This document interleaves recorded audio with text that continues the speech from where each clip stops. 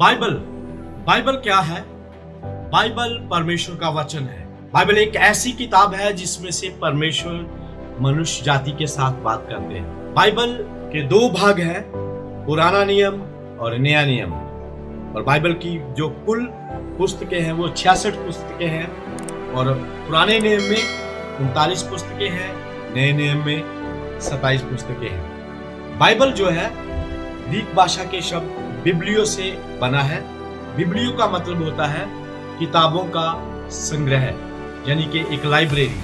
तो बाइबल में 66 पुस्तकें हैं, इसीलिए ये किताबों का अलग अलग 66 किताबों का एक संग्रह है। जो बाइबल है वो मूल रूप में 3 भाषाओं में लिखी गई थी, हिब्रू में, अरामी में और लातीनी में। बाइबल जो है लगभग 40 लेखकों ने इसको लिखा है। जब 40 लेखकों ने अलग अलग समय पर बाइबल को लिखा है, तो बाइबल को जब हम देखते हैं तो उनकी भी 4 धारा में कोई फर्क नहीं पड़ा। तो बाइबल को लिखने में लगभग 1400 साल लगे। तो जो बाइबल को लिखने वाले लोग थे वो अलग अलग तरह के लोग थे। उनमें से कुछ लोग राजा थे, कुछ लोग भविष्यवक्ता थे, कुछ लोग न्यायी थे, जजेस थे, और कुछ लोग भेड़ बकरियां चराने वाले थे, कुछ मछली पकड़ने वाले थे, तो कुछ बहुत स्कॉलर लोग थे जिन्होंने बाइबल को लिखा है। तो बाइबल एक ऐसी पुस्तक है जिसमें परमेश्वर की योजना के बारे में बताया गया है। बाइबल में हम देखते हैं कि बाइबल में बताया गया है कि किस तरीके से परमेश्वर मनुष्य जाति के साथ अपना रिश्ता बनाते हैं। बाइबल में मनुष्य की उत्पत्ति और सृष्टि की उत्पत्ति के बारे में लिखा हुआ है,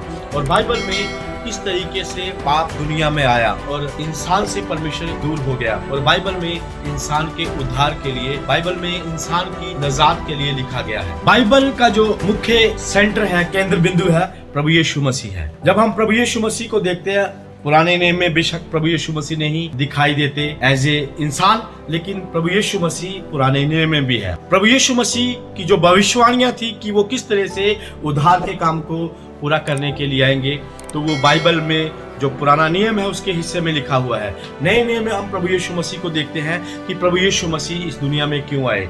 और जो बाइबल की सबसे मुझे बहुत पसंद आयत है वो लगती है कि जब हम पढ़ते हैं यूहन्ना 3:16 में कि परमेश्वर ने जगत से ऐसा प्रेम किया, उसने अपना इकलौता पुत्र प्रभु यीशु मसीह इस दुनिया में भेजा ताकि हर एक जो कोई उसके ऊपर विश्वास करे वो नाश ना हो बल्कि हमेशा की जिंदगी पाए। मेरे प्रिय, बाइबल जो है वो हमें परमेश्वर की योजना के बारे में और उसके उद्धार के काम में के बारे में बताती है कि किस तरह से परमेश्वर ने मनुष्य को अपने पास लाने के लिए अपने इकलौते पुत्र प्रभु यीशु मसीह को इस दुनिया में भेजा। बाइबल हमें इंसान के अंत के बारे में बताती है। बाइबल हमें इंसान की उत्पत्ति के बारे में बताती है।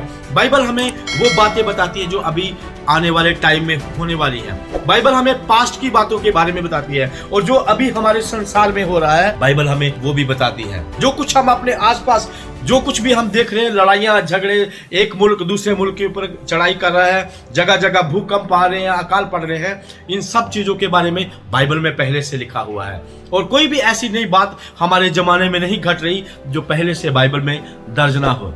बाइबल हमें आने वाले समय के बारे में बहुत कुछ बताती है कि मनुष्य का जो अंत है वो क्या होगा। जमीन और आसमान के बारे में बाइबल हमें बताती है कि ये भी नष्ट हो जाएंगे, और फिर उसके बाद क्या होने वाला है। बाइबल हमें अब्दियत काल, अनंत काल के बारे में हमें बताती है। तो बाइबल के बारे में और कुछ बातों को जानना जरूरी है। बाइबल एक दुनिया की ऐसी पुस्तक है जो सबसे ज्यादा भाषाओं में लिखी गई है, और बाइबल एक ऐसी किताब है जिसका विरोध पूरे संसार में सबसे ज्यादा किया गया है। इतने विरोध के बावजूद भी सबसे ज्यादा भाषाओं में लिखी जाने वाली और सबसे ज्यादा बिकने वाली किताब जो है वो बाइबल है। और बाइबल एक ऐसी पुस्तक है कि ये जहां जहां पर भी गई वहां पर ये बदलाव को लेके आई।